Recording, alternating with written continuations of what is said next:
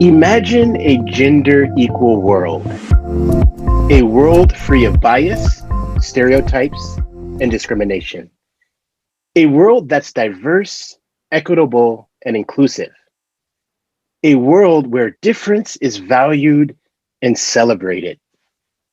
Together, we can forge women's equality. Collectively, we can break the bias. These words are from the International Women's Day website. During this panel, we aim to bring these words to life. Today's panel was organized by LawWiser in collaboration with the Center for Empowerment and Development Studies. The aim of the panel is to raise awareness against bias and to create a movement for equality. My name is Maurice Rabb, and I will serve as the moderator for today's panel. I wear many hats: lawyer, legal recruiter, mental health advocate. But one of the most relevant hats that I wear that relates to today's discussion, and the most important to me, is that I'm the father of 2 young daughters. And like all loving parents, I want the best for my daughters. I envision a gender bias-free world where they can thrive and live to their full potential. Today's esteemed panelists are all working to make my hope for my daughters a reality. We have Valli, Gopika, and Pallabi as our panelists. Each of the panelists is tirelessly working to break the bias. I'm really looking forward to hearing their stories and from learning from each of them. And I got my pen, I got my pad ready so that I can take notes, and I can take notes on how I can be a change agent for breaking the bias and how I can do the actions to really work toward equality. So I'm ready to take some notes. Now, as for the flow of today's conversation, first, each panelist will introduce herself and share why this topic is so important to her. We'll discuss a few topics around bias and how to break the bias. We'll hear some concluding comments from each of the panelists, and then I will follow up with some closing remarks. So that's it. It's time to dig into the conversation, and I can't wait to hear stories from each of these wonderful, inspiring women. We'll start with you, Valli, and we'd love to hear about your story and why this topic is so important to you. Greetings to you all and good day. My name is Valli Arunachalam. I have a doctorate in nuclear engineering. Don't let that put you off. And I have 25 years experience in the semiconductor industry.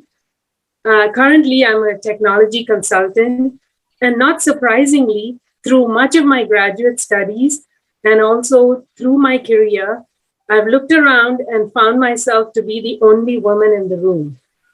And I'm going to tell you about a story that illustrates why I am so passionate about girl-child education and women empowerment, and how these 2 cornerstones form the centerpiece of my work.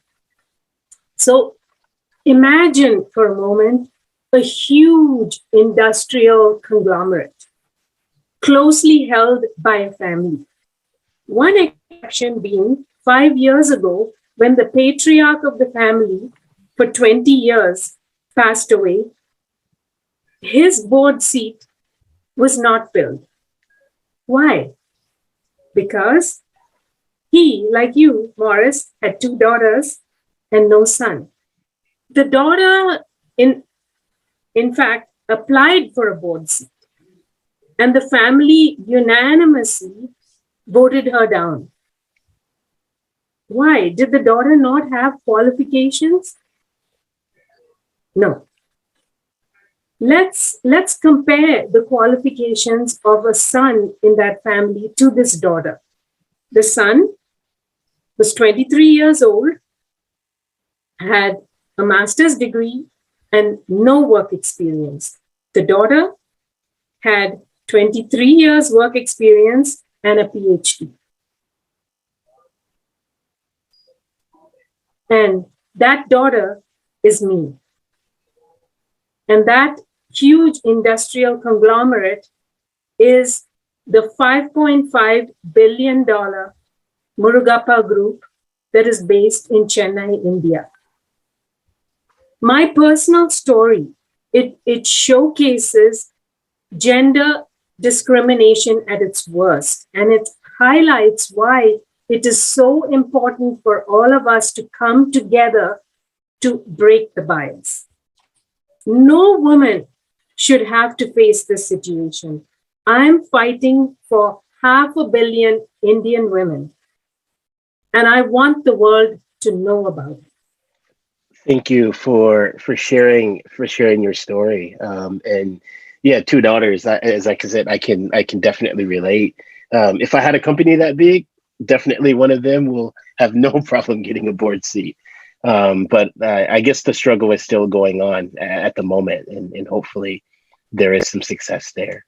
But we'll dig a little bit more into that a little bit later in the conversation today. Next, would love to hear from Gopika. Thank you so much, Maurice. And it's a real pleasure to be here with my esteemed panelists to talk about something that is extremely important. My story is slightly different. So I am a journalist by training, and I've written 4 books. I also am the mom to twins, one of whom is on the autism spectrum. When my son was diagnosed at the age of 3, I realized very quickly that living in India and coming from a certain social and economic strata, how privileged I was in terms of being able to afford therapy for him, in being able to take him to the best therapists, the best doctors, living in an urban area which had a developmental pediatrician. The statistics are something like one developmental pediatrician to 30 or 40,000 people. So you can imagine how kind of widespread that is, and how kids do not get access to medical care.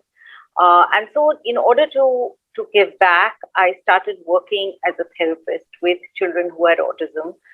Very quickly moved on, started training parents and professionals in this field. And then I realized after 10 years of working with families that I was in a very unique position, because not only was I a parent, I was also a professional, and I could really understand what parents were going through. At the same time, I was also in this very unique position to be able to give them professional advice on their children. And so I wrote my book, Beyond the Blue, which is the first book on autism by an Indian parent. There's a lot of stigma in India, which I will talk about in a bit, around any sort of developmental disability or condition. And the bias I'm talking about comes not so much from my life. I've been very privileged and fortunate, but from the lives of a lot of the mothers of the patients I saw. In India, usually when a child is diagnosed with a developmental disability, especially something like autism, which is an invisible disability, invariably the mother is the one who gets the blame. The in-laws of the family will blame the mother and say that you did something wrong in your pregnancy. It is because of you that this child is not speaking. Invariably, it's when the child is not speaking. I was working with a family where the mother-in-law would call the mother every single day, and ask, has the child started speaking yet? And this was said in a very rude and a very condescending manner. The mother, as you can imagine, was stressed beyond belief and would just not be able to understand why her child was not speaking. This is something which I have seen in the course of my work. And at the organization I worked with, our mission was not only to just work with the child, but to empower the parents. And when I say parents, I'm using the term parents, but actually it was mothers, because they were the ones who usually used to bring in the kids for therapy.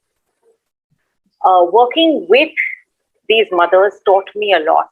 It taught me that sometimes you need to really just let the mother rest during a session, because that is what she needs. Sometimes the mother is empowered enough and wants to learn, and that is what you do. Every time I worked with a family and worked with the mother, and the mother said, today I told my neighbor about my son, and I left my son for 10 minutes with her while I went down for a little walk around my building just to get some fresh air. I felt that somewhere something was breaking in there. There was some sort of cracks were forming in this whole kind of structure that has been created around this family, the structure of isolation, of social stigma. And in doing that, in helping all these mothers to really get empowered, to believe in themselves, to believe that they were the experts of their children's lives. This is something which we would tell them every time they would bring their children in for therapy. I would tell them that you are the expert of your child's life. I can only give you a few strategies and tell you what to do, but nobody knows your child like you do. So to really give them that feeling of being empowered, of being an expert, and knowing what to do with their child, especially when the world around them told them that there was something very wrong with this child. And for them to be able to discover their inner strength and be able to work with the child on their own and see progress was something which was very miraculous. And I was extremely grateful that I could be part of this journey and witness this miracle happening. So I continue to work with families. I also work with corporates to hire young people who are on the autism spectrum and who are neurodivergent. And that is breaking another kind of bias, because it is really telling the corporate world that you have here before you a group of untapped potential, individuals who think differently, who behave differently, but who might be able to find solutions to your problems that you may not even think of. And really the bias over here exists that these individuals are not employable. Well, let me tell you, they are employable, they are loyal, they are honest, and they save companies huge amounts in terms of not in finances, but time as well. And so that's another kind of bias that I'm working to break. And I'm really happy to be able to share my story on this panel. Thank you very much. Thank you. Empower, community, miracles, really good talent, and unhidden talent. A lot of that came out in the story, and I really appreciate you sharing that. And I know that particularly having a purpose, right? A lot of people talk about purpose, and when you're thinking about therapy, having that place, having the people that you work with, but having a purpose, and the work that you're doing is definitely given purpose to not only the mothers and other family members, but also to the people who are on the spectrum. So thank you for sharing. Pallabi, over to you. Love to hear your story as well. Hello everyone. My name is Pallabi. I'm a human rights activist, and you can say I work on anti-trafficking, migration-related conflicts, social justice. So I have been working since the last 10 years. It's been a decade. And I have rescued more than 5,000 women and children in the last 8-9 years. So, when you talk about bias, the thing that I have mostly seen, because the initial part of my career was about rescuing people, irrespective of the gender. It can be transgenders, it can be women, men, children, anyone. One thing that I observed was patriarchy. Patriarchy was ingrained so much in the system. It is, especially you start looking from your own house to the society, to the community, to the school. And we have this myth that patriarchy comes from men. So, when I started working on trafficking, I used to think that maybe if I work in trafficking, I would be able to eradicate all the other social evils. But the more I worked in trafficking, the more I started realizing that how it's connected, how trafficking is connected to, you can say female feticide, female infanticide, and how it's connected to the missing of girls in Northeast, because I belong from Assam, and how the northern part of the country. I have worked a lot in the Indian subcontinent. I have realized how difficult it is for women to even speak loudly. It's so difficult. Forget about the third gender. We right now, I can see that in different examination forms, in different forums, we are talking about the third gender. But it's not too long that I started my career. Like, we do not allow the other person to even speak. Forget about calling them for a show. Like right now, like when you talk about, because I personally, if you ask me if I would prefer celebrating Women's Day, I do not like the concept of Women's Day, because for me, glorifying women one day and then not giving the respect to her on a daily basis is something I'm completely against. I think it's not about just glorifying. The minimum thing we can see is about giving women the power to do decision making. I have interacted with so many women across the world. You cannot believe the number of women who told me that pregnancy is something that's a choice. Maximum women had not been asked whether they want to be pregnant. It's like, it's imposition always. They're like motherhood, the whole concept of motherhood.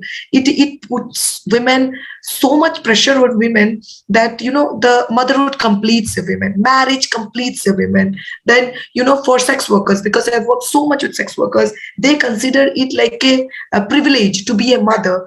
This whole concept of being complete and complete cow by having a man with.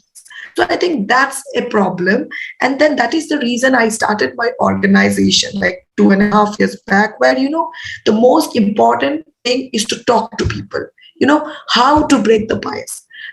You have to talk to people. You have to create dialogues with people. That's why I have kept the name also Impact and Dialogue. You create impact. It's not important to be a big social worker. It's not important to be a, activist, prime minister. It's important that even if you're a citizen of your country, even if you start practicing small things in your house, starting from telling your children, irrespective of any gender, to put the plate after eating the food, to making women aware that they can and they have the right to make decisions. Also with transgenders, how our communities look at transgenders.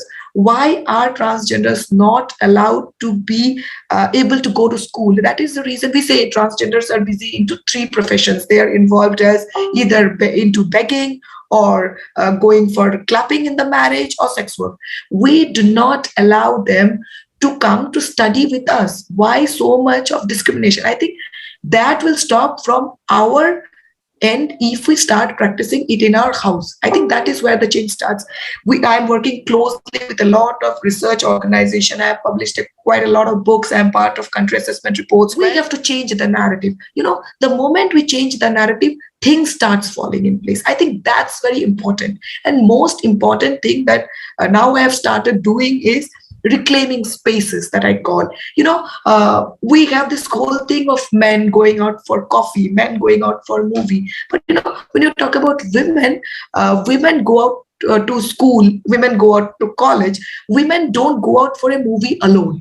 This whole concept that if women goes out alone means that she had a breakup. She's suffering from depression. Why? Why can't women go to a space, enjoy by herself? Why this whole thing that women have to be with somebody? I think it applies to all the third gender also.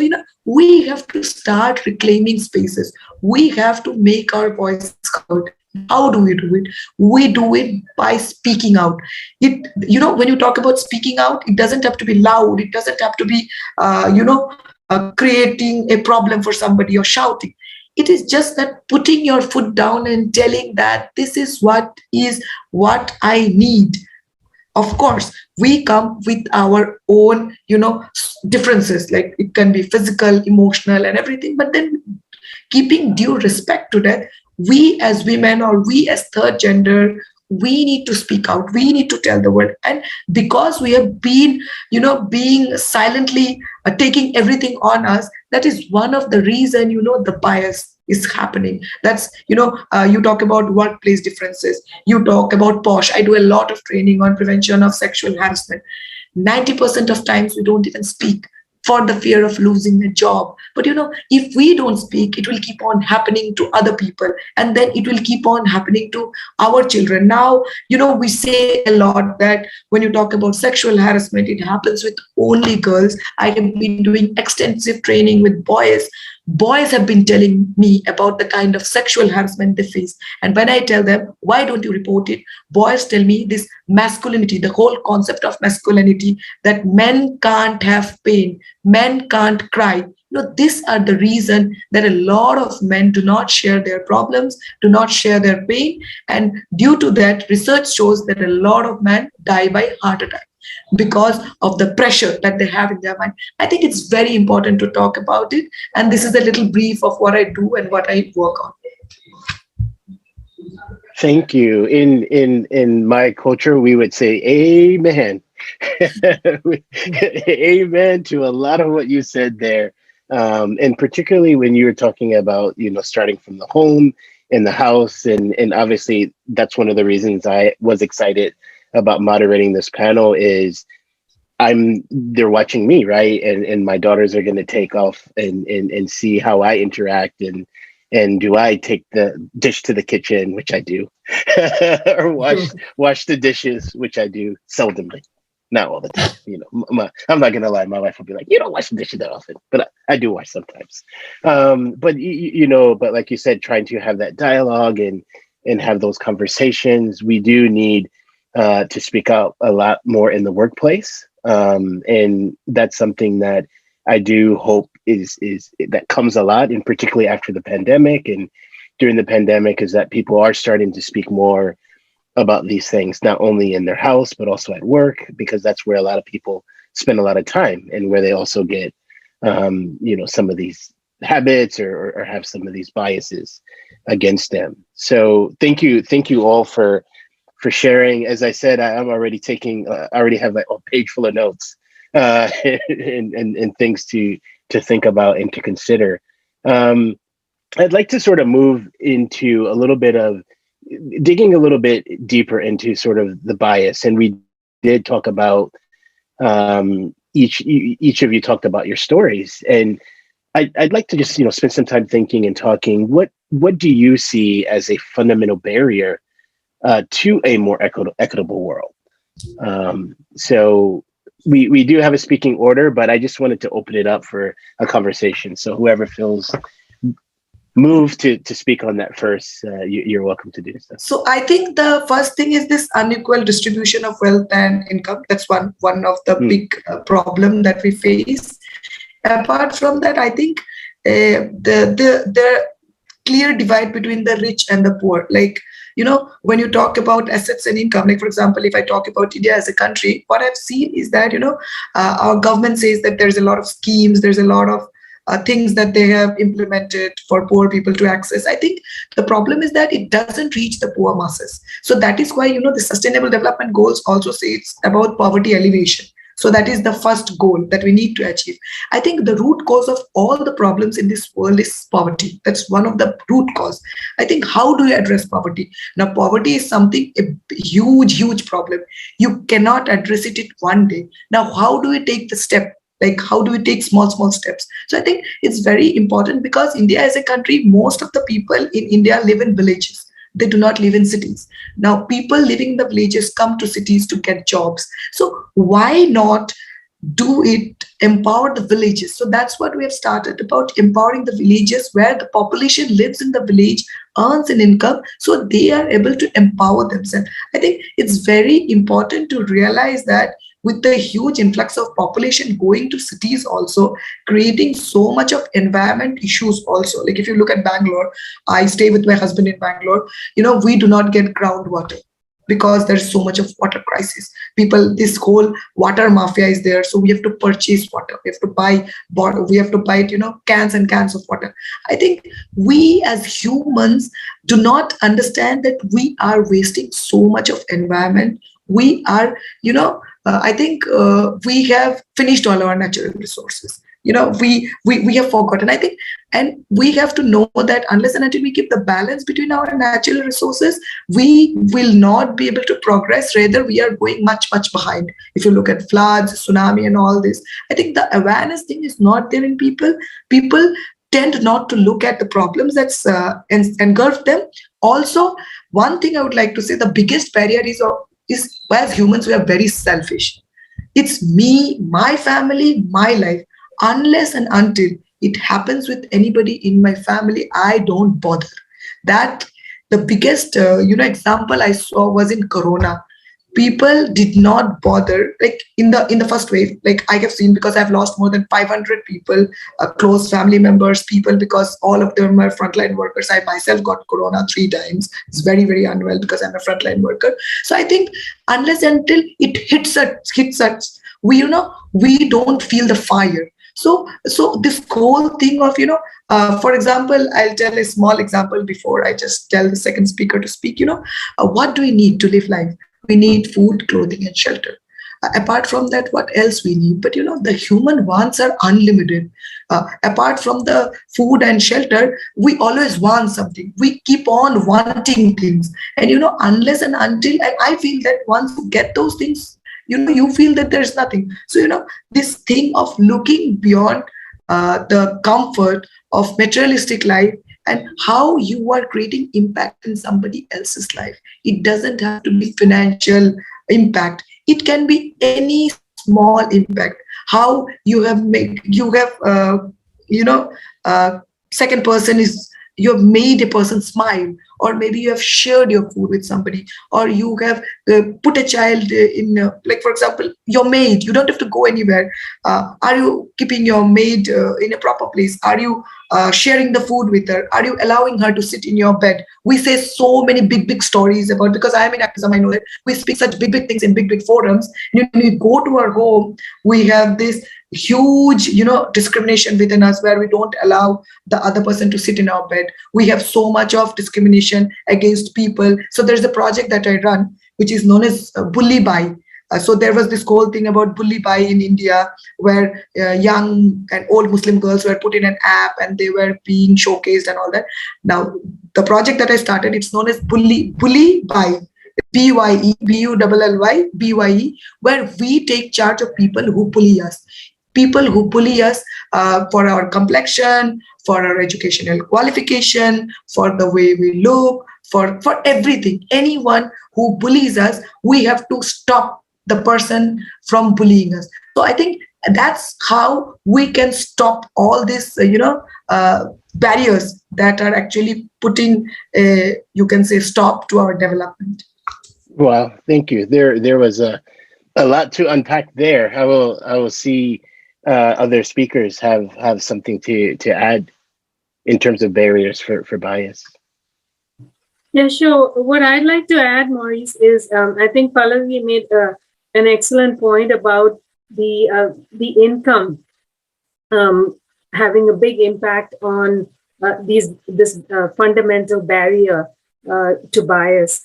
What I'd like to add there is, across the social strata, across the income groups, what I find is there's a barrier in the mind.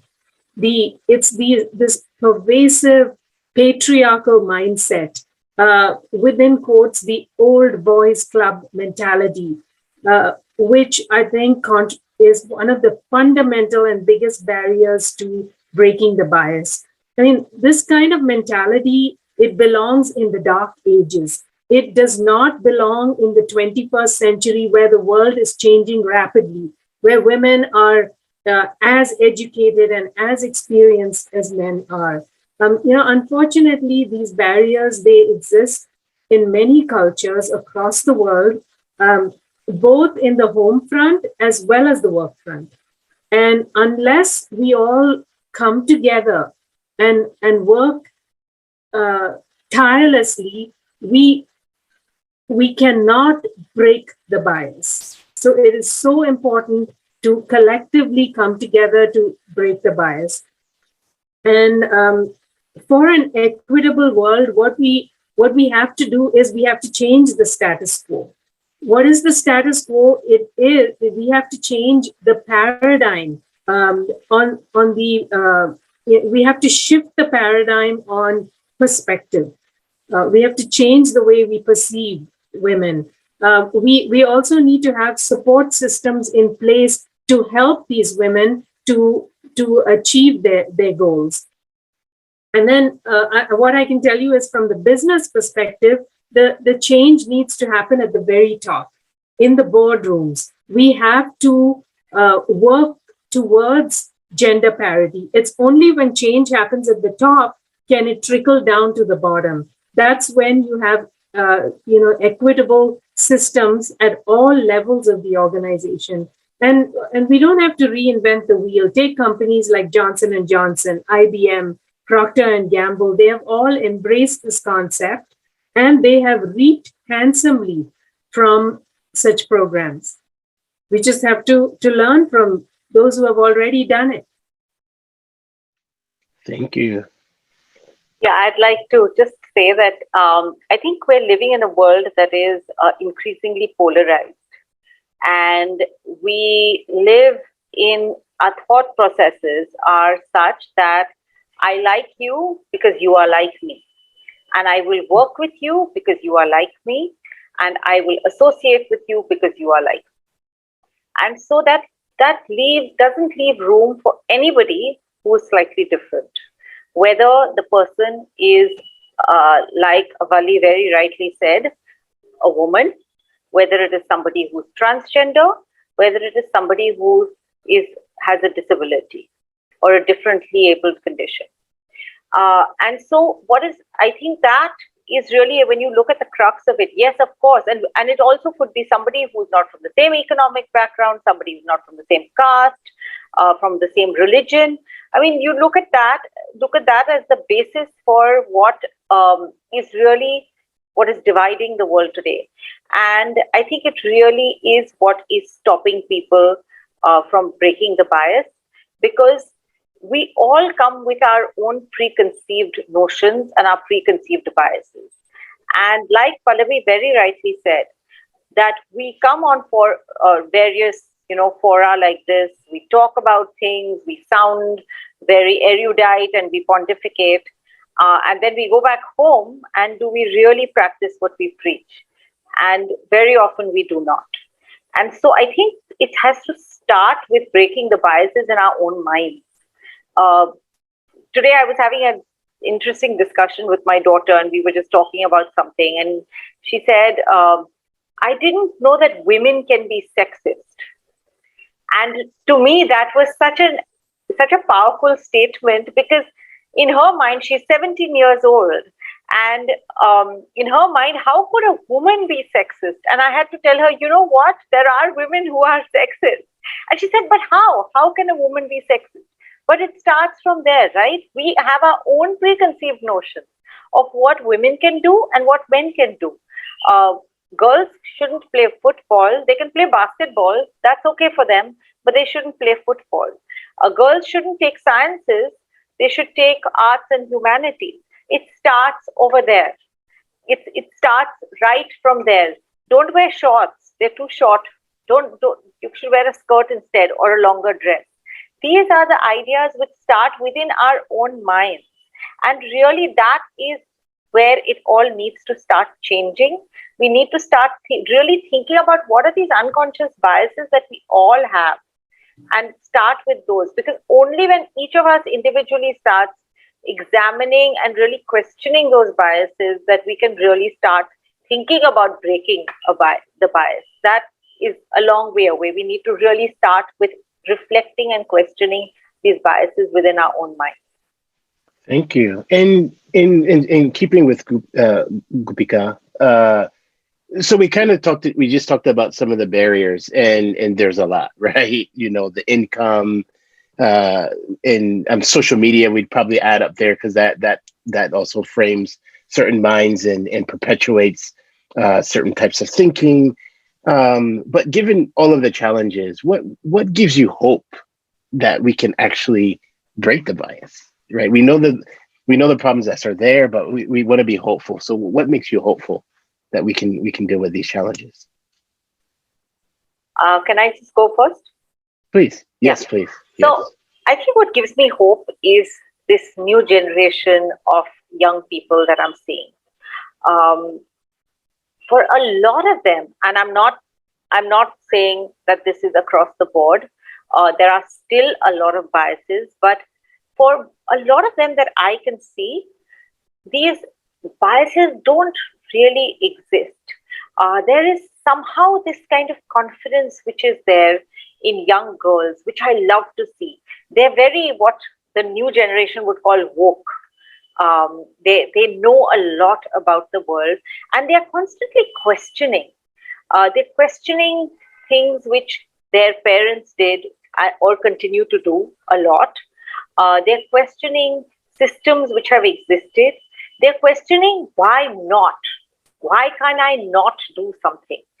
They're questioning all these things which are traditionally not supposed to be done by them. And they're really, in asking those questions, I think they're taking that first step. A lot of them come from very challenging circumstances, but I can see that in India, from when I was growing up to seeing the new generation, I'm looking in small towns, small villages, I can see girls changing. And I can see that they're creating a new kind of future for themselves. Some of them, whether it is through a phone and just the fact that they can access the outside world through a phone, with some of them, whether it is fighting to go to school and being educated, for others, it is just a simple choice that they are exerting for themselves, where they are exerting their choices and even questioning why they don't have a choice.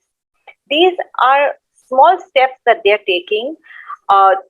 It's not ideal. It's not an ideal situation at all.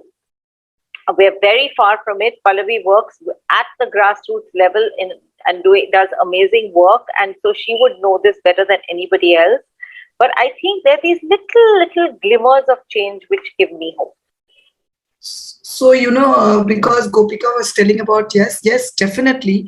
I passed out in 2013, but, that point of time, we had internships for us. But right now, people doing their masters, graduation, even 12th in sciences, commerce, they are doing internships, and they're doing internship with NGOs. They're doing internships with UN. That gives me hope. The way they're so proactive in LinkedIn, in Instagram, they're so they're so fast with social media, with reaching the masses.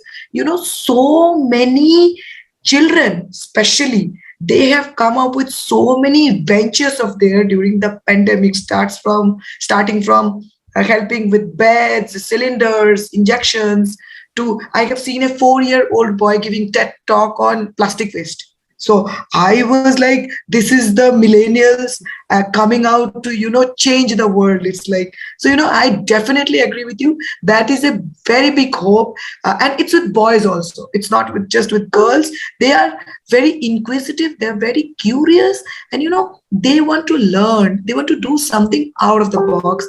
So many people with me, I have been throughout a humanities student, studied English literature, gender, sexuality studies and all that. Seen my friends from IIT, IIMs, MITs, they're leaving their lucrative career to work in the social development sector. They are in EdTech, they are in FinTech, they are, so there was this guy who is reviving ponds in India. There are people working for environment pollution. So many people working on gender, and it's not just by working in an NGO. They are doing small advocacy in their communities. There was this girl who just sent me a message on how she went to a medical shop and they gave the pad to her, sanitary napkin to her in a black polythene, and how she discarded the polythene in front of that chemist and told that I want to take this pad just like that, because this is not something wrong. This is a part of my body. People talking about sexuality so openly. Queer. I have a friend who is queer, he's a boy, and it's so nice to see him wearing those sari publicly and walking in a bus, in a Guwahati bus in Northeast, and going to forums. Nobody's laughing at him. So that is an achievement. So I think, yeah, definitely, this woke population, or whatever you may call, that gives us really, really big hope for a better future. Thank you. And Valli? Yeah, I think both our panelists hit the nail right on the head. Our hope is the younger generation. And if you look at it, why are they so empowered? I think it is because of technology. Technology has leveled the playing field. It has made information available to rich and poor. Just with your cell phone, you can Google almost anything.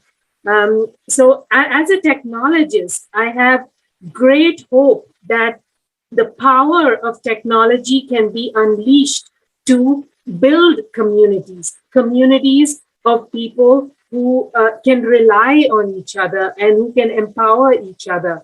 And it is this coming together of people that is going to help us elevate ourselves and solve problems and break biases. For example, take the example of the Lean-In circles that were created after Sheryl Sandberg published her best-selling book, Lean-In. There are Lean-In circles in 184 countries, and it has created communities of women with similar interests and similar goals. And what has been the result? It's been empowering women, helping women find support groups so that they can solve, everyday problems and realize their dreams. And another example is my good friend, Sairi Chahal, who has done some groundbreaking work in India with her Sheroes platform. It is a women-only social network. And what she has done is she has brought together this community of women in a safe place where they can talk about very sensitive issues and learn from each other and grow and address the problems they face every day. And then they also have access to advice, financial advice, so that they can build their businesses and they can market their produce directly to the consumer without the middleman. I mean, this is a win-win situation, and it showcases how we can harness the power of technology to build communities and solve problems. And it's good to hear that inspiration, and each of you, showed the hope, and it seems that we're definitely headed in some good direction. But as we know, this is a more of a marathon. This is definitely not a sprint to do what we need to do. So I'd like to hear, just a few words from each of you. How do you kind of stay inspired, and more importantly, how do you maintain your well-being, right? Because if you're not well yourself, it's going to be hard to be active and to fight this fight. So, how do you stay inspired? How do you maintain your well-being? Valli, if I could start with you. Yeah, I'm a nuclear scientist, and I'd like to think that it is this storehouse of energy that I have within me that powers my inspiration. But jokes aside, it is my passion for women empowerment and my compassion for what women go through every day just to get on a level playing field. I have experienced it firsthand. It is this combination of passion and compassion that inspires me. And I'm a realist. I know that my fight for justice in my own family, for a place in my own family's business, is a super marathon. And it is going to demand every ounce of PhD, perseverance, hard work, and dedication that I have to move forward. But it is well worth it, because it is a cause bigger than mine. It is a cause that I'm fighting for 500 million Indian women, and I want to inspire women to fight for themselves. And as far as well-being goes, I owe it entirely to my close family, my close friends, and now and then some chocolate helps. Pallavi. So, one, I would like to share about one incident. So my first rescue operation, it was in a brothel in Delhi's red light area. So, I had a lot of inhibitions that I will be beaten up to pulp because I'm going to a red light area. But, when I entered, all the women bashed up all the other people, but they did not bash me up. So that was quite surprising that why did not they hit me? So while going out, I asked few ladies standing there that why did you not hit me? Then they were like, you did ransack our belongings. All the people came, they started searching for the girls that were inside the tunnels, and this kind of ransacked the entire house. They don't realize the fact that we are humans living in a room. And then, so, that touched me. So that was the first thing. Second thing is when I rescued the 8 girls from tunnels, I wish I could show you those videos. One thing that the girls told me, I kind of gave them a second life. So, they send me lemons, they send me watermelons, they send me flowers because they're so poor. They can't send me anything else. So I think that's a big, big achievement, which maybe money will never be able to buy. So a lot of people tell me, a lot of my friends, a lot of my acquaintances have left their career of rescuing. I do rescues now, but I'm focusing more on prevention. But then you see, so these things changes so much. These things have kind of changed my mind so much. If people tell me that how do you sleep because it's so much of trauma, brothel, red light areas, gang rape, murders, like how do you go through it? I think I don't look at it the way we get emotionally involved. I think I've grown beyond that. And, I try to spend a lot of time with myself. I do a lot of self-talk where I try to understand that, if I don't do it, somebody has to do it. Now, who will do it? If all of us keep on putting this thing that, okay, I will not do it, this person will do it, then maybe we'll not be able to bring any change. So that constantly keeps me motivated. And if I am sad or unhappy, I talk to any of my survivors. And the moment they pick up the phone and talk to me, so, that makes my day. I think that is what keeps me motivated. And that is one reason that I've been still going. Thank you. Gopika? I think this journey that I started was because of my son. I was and am a writer and a journalist before, and my son was the one who kind of really pushed me forward on this journey. And so what really keeps me going is looking at the kids and the families whom I can have helped, seeing how much they have helped me to really grow and evolve. And really, when people have read my book and I get responses from readers saying that you told my story, I could relate so much to what you said. It's really helped me to deal with my own situation. I think that makes a big difference. And it is for that purpose that I have had the book translated in Hindi. And it's in fact out in a month from now, exactly a month from now, the book will be out in Hindi. Because I wanted it to reach a wider audience and to be able to really help other people to understand that while a condition like autism is life-changing, it's not a life sentence. What keeps me going and helps me with my own mental well-being is, I think, my kids, yoga, and I have a very, very naughty and frisky puppy who keeps me constantly entertained and amused. And so really that is what helps. And of course, chocolate, like Valli said, never ceases to help.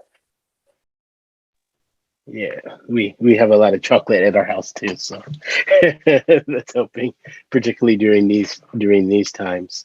So this has been very, very interesting conversation, and really good to hear each of you and I can really feel the passion. I can feel the motivation. And it's really good to be connected and know that you all are doing this work in the world. As we sort of wind down the panel, I'd like, each of you, take a minute or so, no more than maybe two, to just sort of anything that stood out to you from this brief conversation. Obviously, this is like a week-long panel. This could be a college course, but just given short attention span today, we have to do short things. But just a few words on what stood out to you today, and also if you could share one action that you'll do sort of following this panel to continue to break the bias.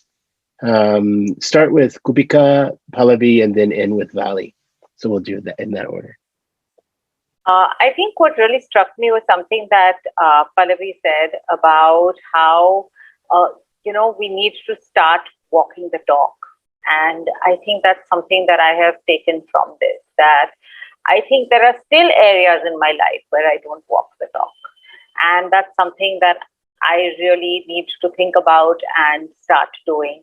And that really is something that made me think a lot about how I'm going to have to really start doing this in my life. Pallabi? Okay, so the best thing about this panel is there are two experts from something very different that I am not doing. So that is the best thing about this panel.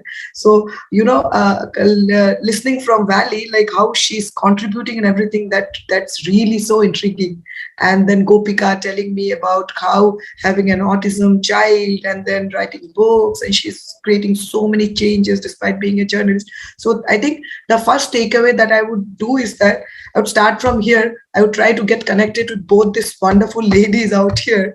I will try to get connected with them and try to see how we three can do something together to bring a change. So that is the first takeaway from me. And I'm so privileged and so thankful to be a part of women who have so many huge years of experience compared to mine. So definitely that's the biggest takeaway.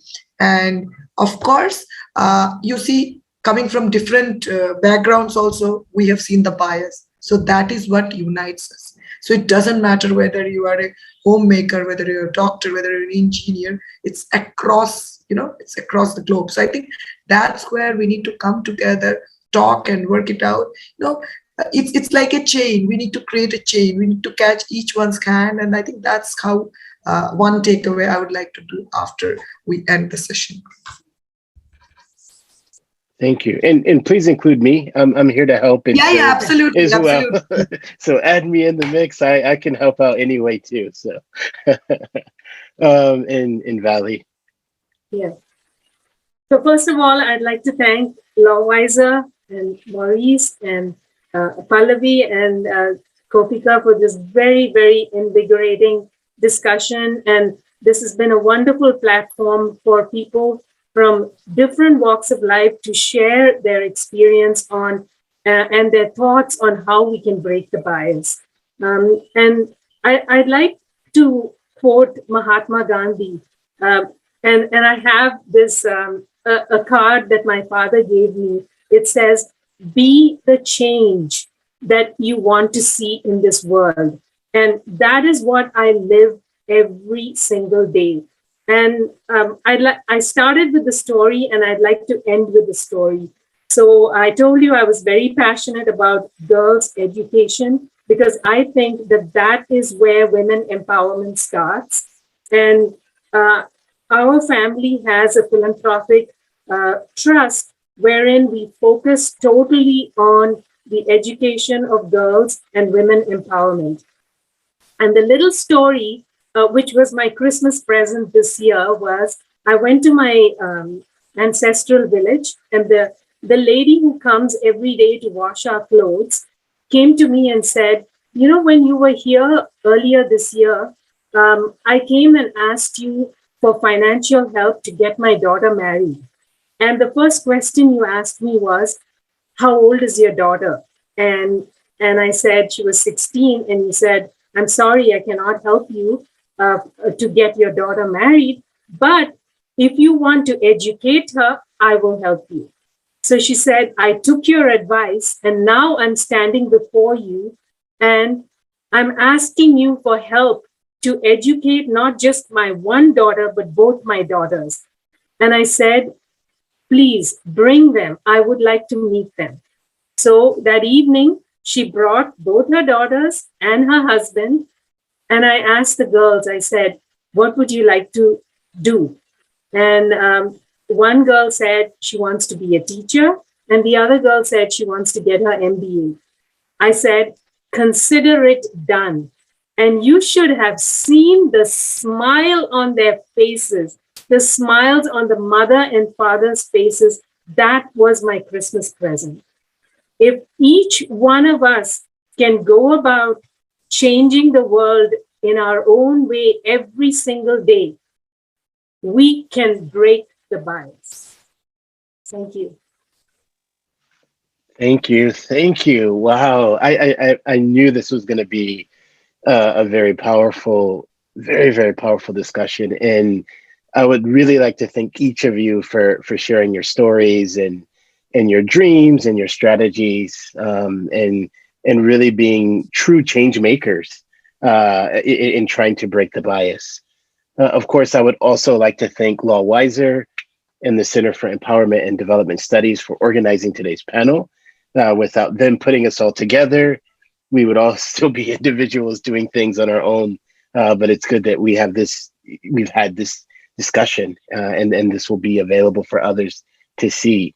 And then for others who are viewing this, audience members, what I would really like for you to do is to commit to at least 2 actions to break the bias. The first action, of course, I hope you share this discussion with your communities so that others can hear these voices. But in addition to that, please commit to at least another action, because, as Valli said, be the change. If we talk about it, but we don't do anything, nothing will change. And we really do need to act. So walk the talk.